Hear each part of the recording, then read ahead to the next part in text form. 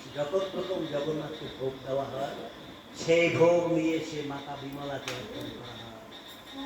বিমলা অর্পণ করার পরে ওটা হয় মহাপ্রসাদ। কাজে এই প্রসাদের অনন্ত মহিমা। যারা একবার জগন্নাথ প্রসাদ আস্বাদন করার সুযোগ পেয়েছে, এই জীবনে তাদের আর অন্য কিছু চাওয়ার আর কিছু নেই। হরে কৃষ্ণ। আজকে রাখো, পাঠ শেষে কথা মনসংযোগে হরে কৃষ্ণ। জগন্নাথের পুরীতে লীলাবিলাস করছেন ভক্তদের সাথে, তার অনন্ত লীলা। ভগবান ভক্তের সাথে সবসময় লীলাবিলাস বা খেলাধুলা করতে পছন্দ করেছেন। ভক্তের যে প্রিয়, তাকে নিয়ে ভগবান সবসময় আনন্দে দিতে থাকে। তো এই পুরীতে এক বুড়ি ছিল, বয়সটা 90 বছর। ওই বুড়ি এই জগতে কেউ ছিল না, আপন বলতে কেউ ছিল, একেবারে সর্বহারা। ওই জগন্নাথ মন্দিরের নিকটে একটি বৃক্ষতলে ছোট্ট একটি কুটির বেঁধে ওইখানে সবসময় হা জগন্নাথ, হা জগন্নাথ, চোখের জলে বক্ষ প্লাবিত করে ওইখানে জগন্নাথের ভজন করত। আর জগন্নাথকে নিজ পুত্র রূপে সবসময় কল্পনা করত। দেখো, ভক্তির 9টি অঙ্গ রয়েছে, 9 প্রকার ভগবানকে ভালোবাসা যায়। ইহাকে বলে নববিধা ভক্তি। তার মধ্যে বাৎসল্য প্রেমের যে ভক্তি, তা হচ্ছে ভগবানকে পুত্র রূপে পাওয়া।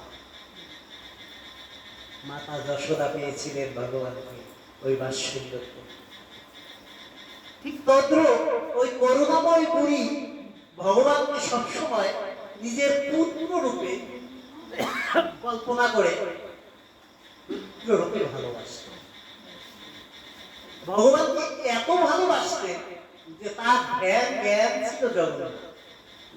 সবসময় ভাবত যে আমার ছেলে জগন্নাথ, হে যোগু, তুমি ভালো থাকবি, আমি।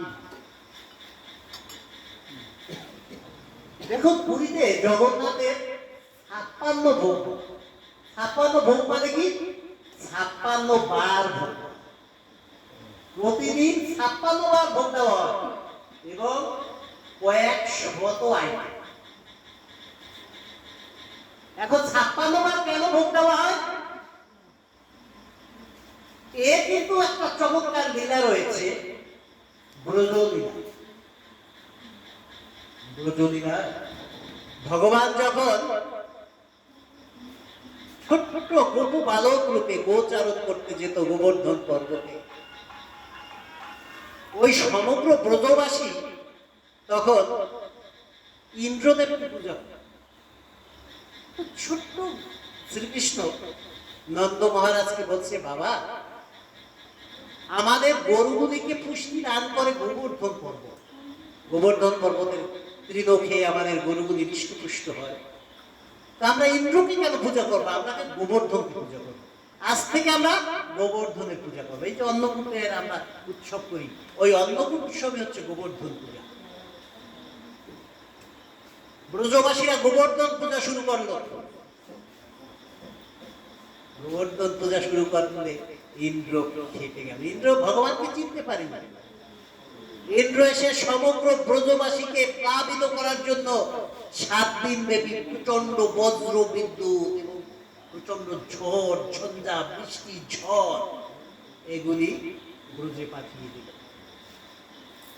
7 দিন ব্যাপী প্রচন্ড ঝড়ে ওই ব্রজবাসীকে রক্ষা করার জন্য ওই ছোট্ট কানু কি করলো? ওই গোবর্ধন পর্বতকে স্বয়ং হাতের উপরে ধরে বাম হাতের করে আঙ্গুলে তুলে রেখেছে 7 দিন। এই জন্য ভগবানের আর এক নাম গিরিধারী বা গোবর্ধনধারী।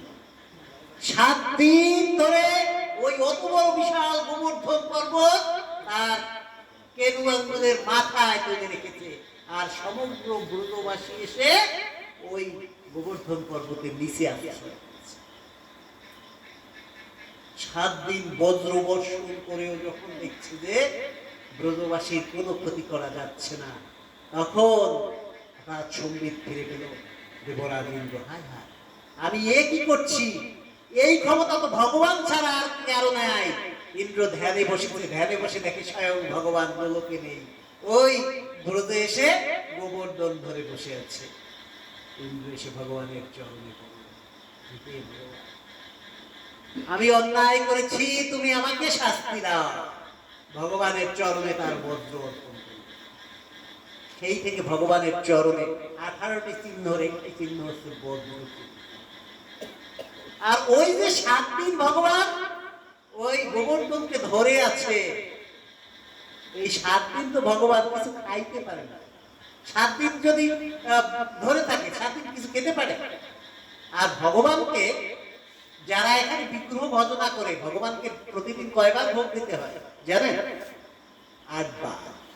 এই জন্য ভগবান বলে অষ্টকালীন সেবা বলে। বিগ্রহকে প্রতিদিন 8 বার সেবা দিতে হয়।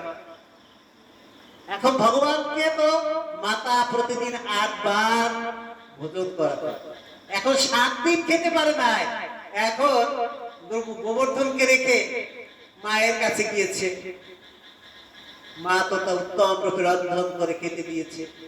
বলছে, মা আমি 7 দিন খাইনি, তুমি ওই এক বেলা খাবার দিয়ে আমার 7 দিনের খাবার দিবে? বলছে, তাহলে কয় বেলার খাবার হবে? 7 গুণ 8 কত হয়েছে? 7 আর 8 56। মা বলছে, ঠিক আছে বাবা, তোকে আমি 56 বারই দেব। বলছে, মা এই জন্মে আমি 56 বার খেতে পারবো না। আগামী জন্মে তুমি হবে আমার মাসি, তুমি হবে মাতা গুন্ডিচা দেবী। প্রতি বছর আমি 9 দিন গিয়ে তোমার পূর্বে থাকবো, আর তুমি আমাকে প্রতিদিন 56 বার ভোগ দিবে। এই বিশ্ব ব্রহ্মাণ্ডের সমগ্র জীব জগৎ ওই প্রসাদ পাবে।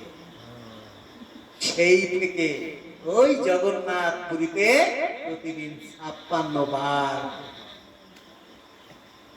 এবং এই যে প্রসাদ, এই প্রসাদ হয় মিষ্টি দ্রব্য। অধিকাংশ প্রসাদই মিষ্টি দ্রব্য। ভাত রন্ধন হয় তাও মিষ্টি, ডাল রন্ধন হয় তাও মিষ্টি ডাল, তরকারি হয় তাও মিষ্টি। এখন ভগবানের জগন্নাথের এই মিষ্টি হয় কেন? তার পিছনেও কিন্তু লীলা রয়েছে। ওই লীলাটা যাবো না, ওই লীলাটা বড় লীলা, আমাদের অনেক সময় লাগে। ভগবানের একবার ঠোঁট কেটে গিয়েছিল, ভগবান যা খায় ঝাল লাগবে, এই জন্য মাতা বলছে যে আমার ভগবান, আমার জগন্নাথ অত ঝাল খেতে পারবে না, ওর জন্য সব মিষ্টি হবে। এই জন্য ওই জগন্নাথ পুরীতে সব কিছু মিষ্টি।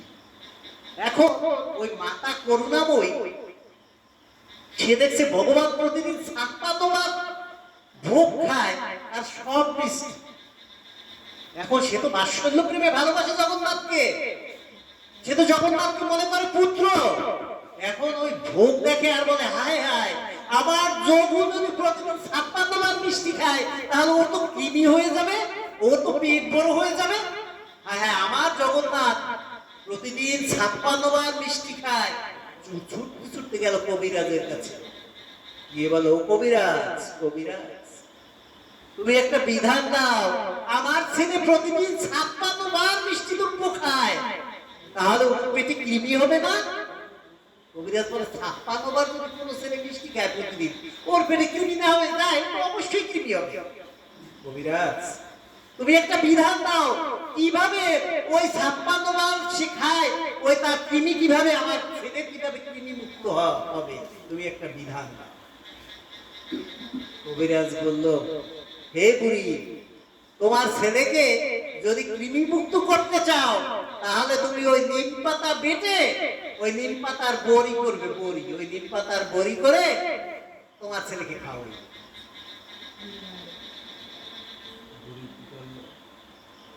কবিরাজ ভালোই, আমি তো কাঙাল, আমি তো রাজভোগ খাওয়াতে পারবো না আমার জগন্নাথকে। এই নিম পাতা আমি গাছ থেকে নিয়ে এসে ওই নিম পাতা বেটে বেটে আমি বড়ি তৈরি করতে পারবো। দেখুন বাৎসল্য প্রেমটা কি। আজকের বুড়ির কুড়ি ঘরে বসে বুড়ি শিলে বাড়ছে নিম পাতা, আর জগন্নাথের ধ্যান করছে অন্তরের ভিতরে। বুড়ির নয়ন থেকে বিন্দু বিন্দু প্রেমাশ্রু ঝরে পড়ছে। যখন বাটে তখন তো তার জল দিয়ে বাটতে হয়, না হলে সব বাটা তো ফিনিশ হয় না। কিন্তু আজকের ওই দিকে আর খেয়াল নাই, বুড়ির নয়ন থেকে অশ্রু ঝরে ঝরে পড়ছে। ওই প্রেমাশ্রুতে নিম পাতা বাটা হচ্ছে, আর বুড়ি ওই প্রেমাশ্রু দিয়ে 7টি নিম পাতার বড়ি তৈরি করেছে। আজও জগন্নাথের 56 ভোগের মধ্যে একটি ভোগ হয় নিম পাতার বড়ি। বুড়ি বড়ি কয়টি দিয়ে গিয়েছে? ও মাসি, ঘুমাচ্ছ? তুমি তো ওই খড়ি পাইছো, তোমার এই পাইছে। সজাগ হও। বুড়ি ওই বড়ি নিয়ে গেছে পান্ডাদের কাছে। ও পান্ডা, আমার জগন্নাথের তো কৃমি হয়ে যাবে, এই বড়ি তুমি জগন্নাথের ভোগে দিও। পান্ডা বলছে, এই বুড়ি তুমি কি পাগল হয়ে গিয়েছো? জগন্নাথ প্রতিদিন রাজভোগ খায়, আর সেই জগন্নাথকে তুমি নিয়ে আসো নিম পাতার বড়ি, ছুঁড়ে ফেলে দিয়েছে দূরে। বুড়ির নয়নের জলে বক্ষ ভেসে যাচ্ছে। হ্যাঁ জগন্নাথ, তোর জন্য আমি নয়নের অশ্রু দিয়ে যে বড়ি তৈরি করেছি, ছুটে গিয়েছে সেই বড়ি কুড়িয়ে এনেছে। দেখে যে বড়িতে ধুলায় মাখামাখি হয়ে গেছে।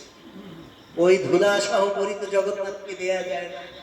আবার গিয়েছে নিম পাতা, আবার বাটা শুরু করেছে। পরের দিন আবার গেল,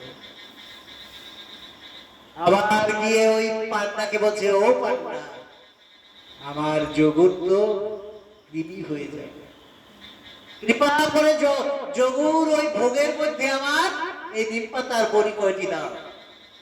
আজও সেই বড়ি ছুঁড়ে ফেলে দিয়েছে। তৃতীয় দিন আবার গিয়েছে। এইবারে বুড়ি চিন্তা করলো, এইবারে আর ওই ওদের হাতে দেওয়া যাবে না পান্ডাদের, এইবারে আমি গিয়ে আমি নিজে। বুড়ি কি করলো, তার আঁচলের নিচে ওই নিম পাতার বড়ি কয়টি নিয়ে যখন জগন্নাথের সম্মুখে ওই থালার মধ্যে রাখতে যাবে, পান্ডা দেখতে দিল। পান্ডা দেখে বুড়িকে এমন বকা শুরু করলো, সেই বুড়ি, আজ থেকে তোর এই মন্দিরে প্রবেশ নিষেধ। আর একটা চাবুক নিয়ে এসে বুড়ি পিঠে প্রহার করলো। বুড়ি, তুই জগন্নাথকে পিতা নিম পাতার বড়ি দিচ্ছিস, চাবুক দিয়ে চাপ দিয়ে ওর গলা ধাক্কা দিয়ে মন্দির থেকে বের করে।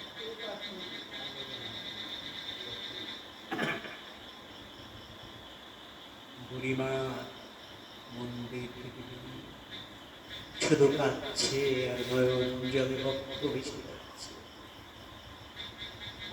জগন্নাথ, জগন্নাথ, তুই তো আমার পুত্র, তুই আমার পিতা, তুই আমার বন্ধু, এই জগতে তুই ছাড়া আর কেউ।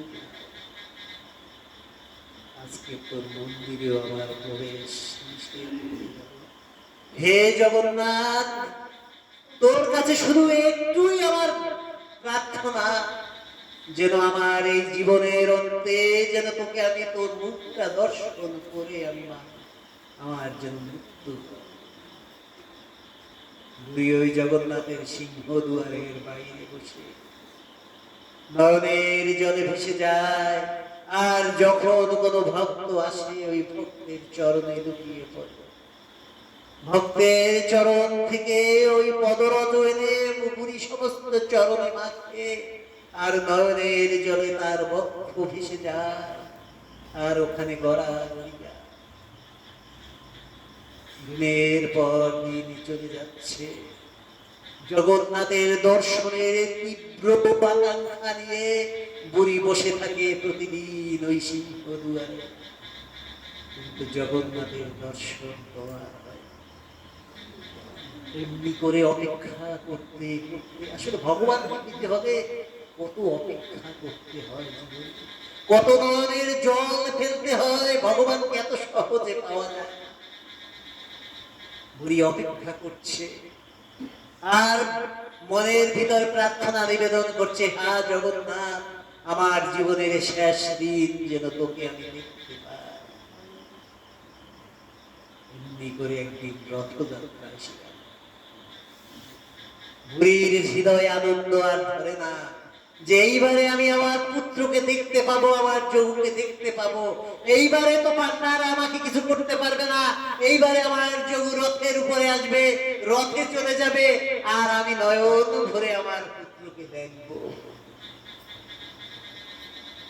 বুড়ির হৃদয়ে আনন্দ আর হচ্ছে না।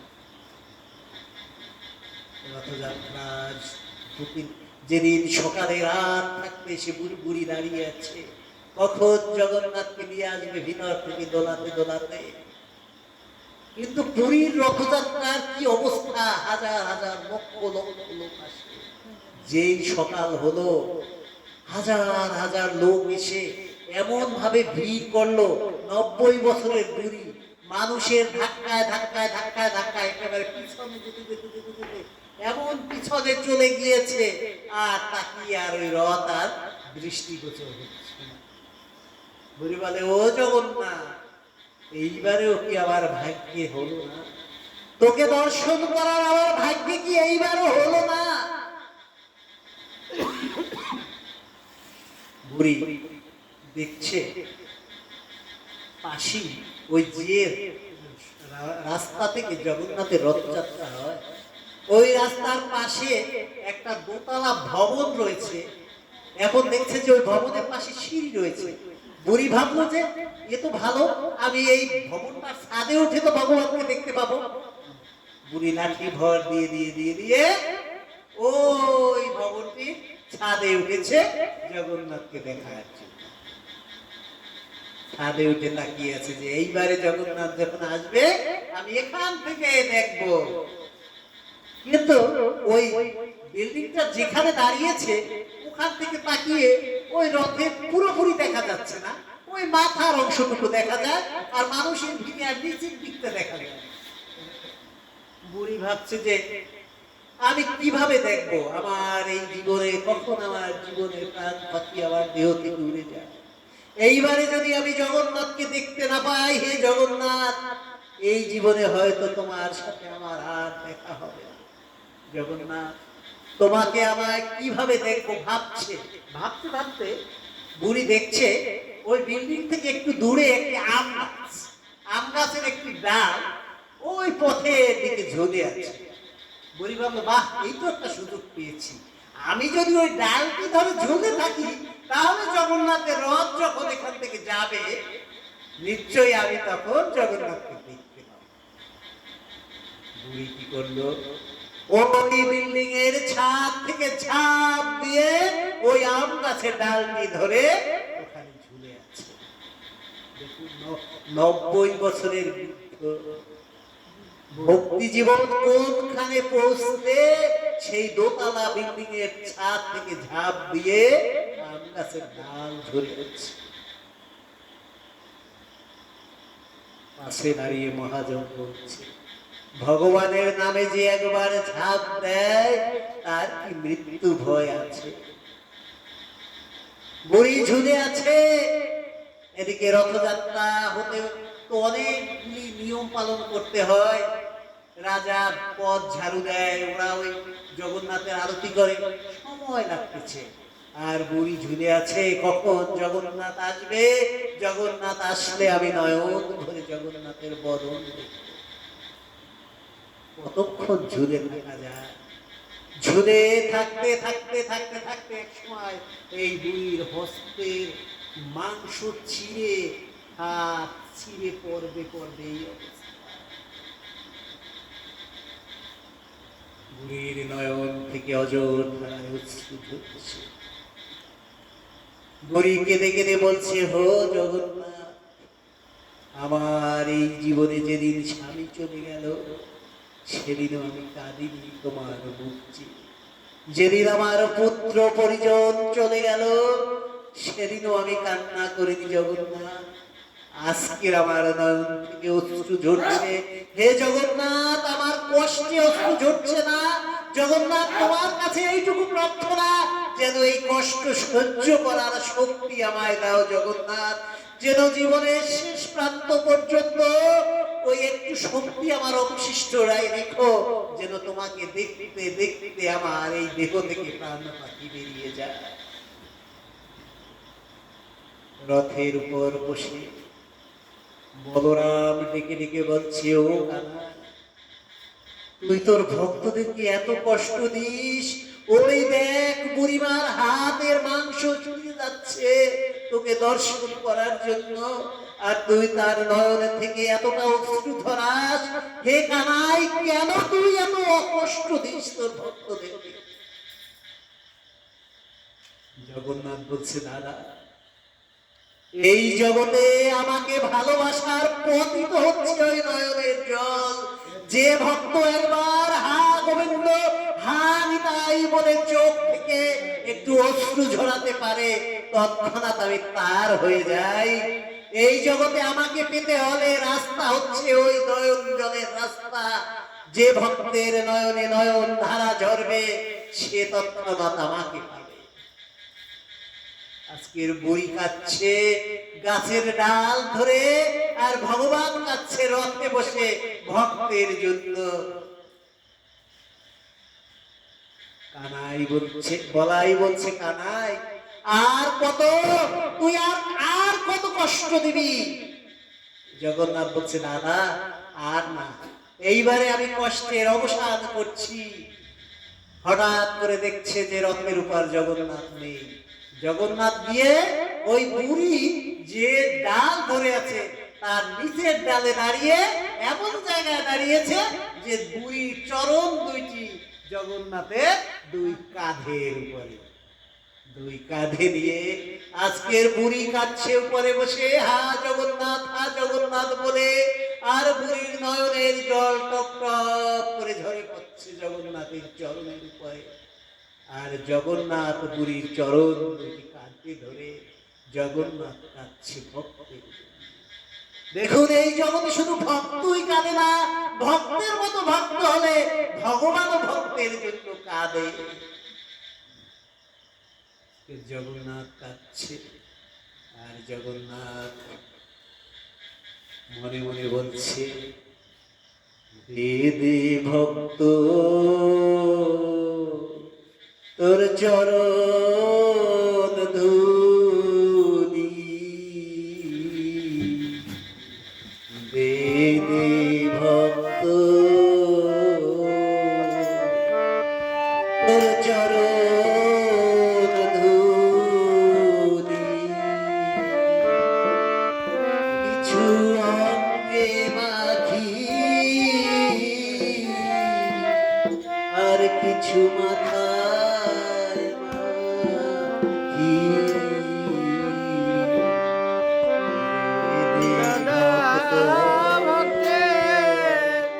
চরণ ধুলি।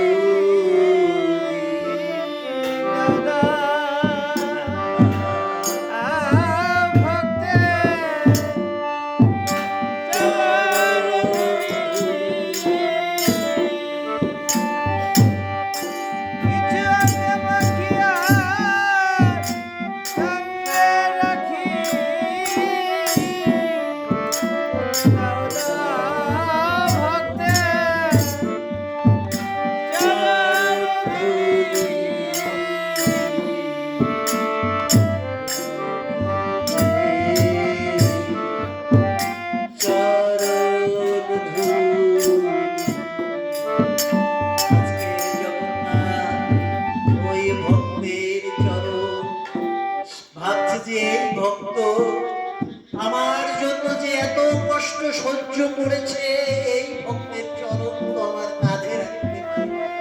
স্বয়ং জগন্নাথ চরণ তার মস্তকে তুলে জগন্নাথ দাঁড়িয়ে আছে। দেখুন ভক্ত আর ভগবানের কি লীলা। আজকের ভক্ত কাঁদছে ভগবানের জন্য, আর ভগবান কাঁদছে ভক্তের জন্য। ভগবান ভক্তের চরণ মাথায় নিয়ে দাঁড়িয়েছে। এদিকে পান্ডারা তাকিয়ে দেখছে জগন্নাথের রথ শূন্য, রথ নেই, রথে বা জগন্নাথ নেই। পান্ডারা ছুটাছুটি করছে, হা জগন্নাথ কোথায়, জগন্নাথ কোথায়, জগন্নাথ। এদিক ওদিক তাকিয়ে দেখছে, ওই আম গাছের ডালে স্বয়ং জগন্নাথ দাঁড়িয়ে আছে, ওই বুড়িমার চরণ দুটি মাথায় তুলে। সমগ্র পান্ডা সহ সব ভক্তরা ছুটে এসেছে, ছুটে এসে বুড়িমাকে ডেকে বলছে, বুড়িমা তাকিয়ে দেখো, তোমার চরণের নিচে কে, তাকিয়ে দেখো। বুড়ি নিচের দিকে তাকিয়ে দেখে স্বয়ং জগন্নাথ তার চরণ তলে, তার চরণ দুটি মস্তকে নিয়ে স্বয়ং জগন্নাথ দাঁড়িয়ে আছে। বুড়ি ঝাঁপ দিয়ে জগন্নাথের চরণে পড়েছে, কে জগন্নাথ, তুমি আমার চরণ দুটি তোমার মস্তকে নিয়ে আমাকে কেন এই পাপের ভাগী করলে জগন্নাথ? আমি তো শুধু তোমার বদন খানি আমি দেখতে চেয়েছি, তুমি আমাকে পাপের ভাগী করলে।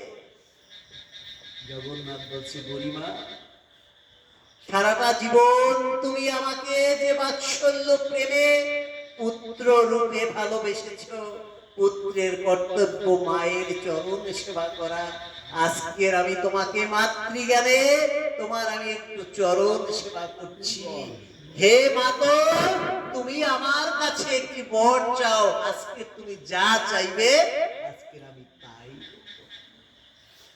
বুড়ি কি চাইলো জানি?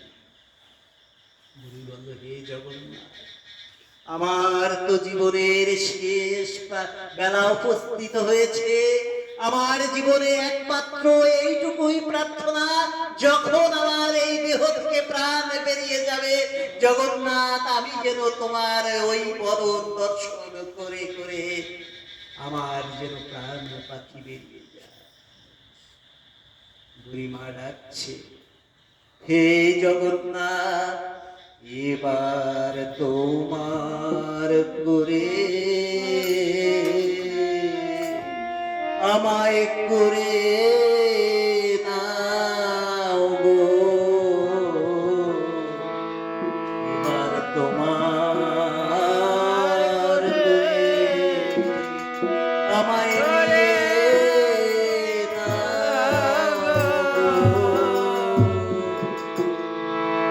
জগন্নাথের বদন দর্শন করতে করতে ওই মুহূর্তে বুড়ির প্রাণ থেকে প্রাণ বাকি বেরিয়ে গিয়ে জগন্নাথের শ্রী বিগ্রহে লীন হয়ে গেল, আর বুড়ির নশ্বর দেহটা পরে রইল চরণে।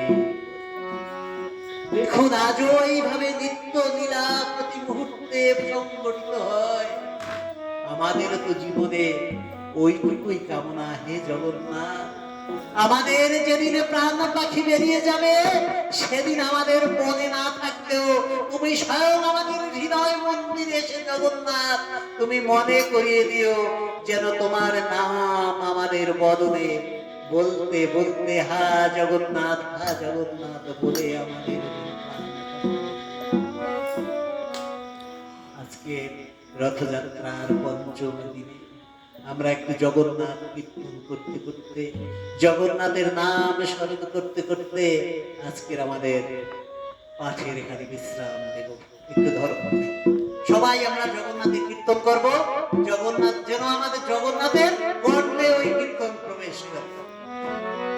জয় জয় জগন্নাথ সচিরনন্দ,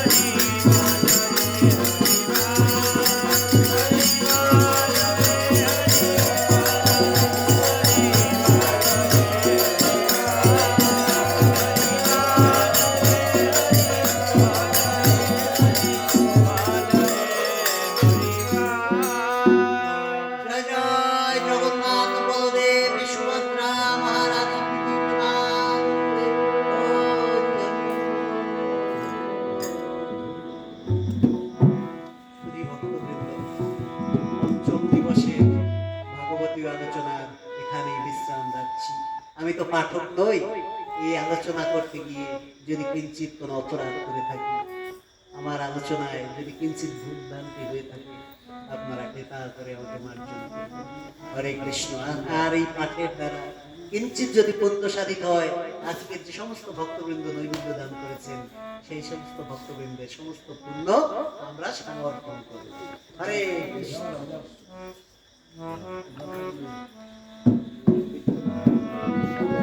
সবাই তো